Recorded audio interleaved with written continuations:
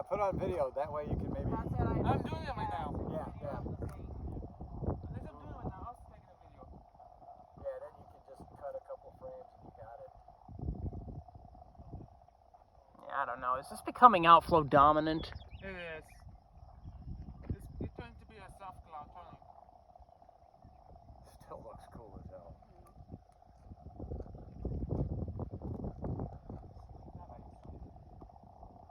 Well, I suppose if there was something way to the right, you probably wouldn't see it. Yeah, I don't know. It looks like it's kind of... I'm not seeing a ton of rotation inside there. I'm seeing this ever expanding area of outflow.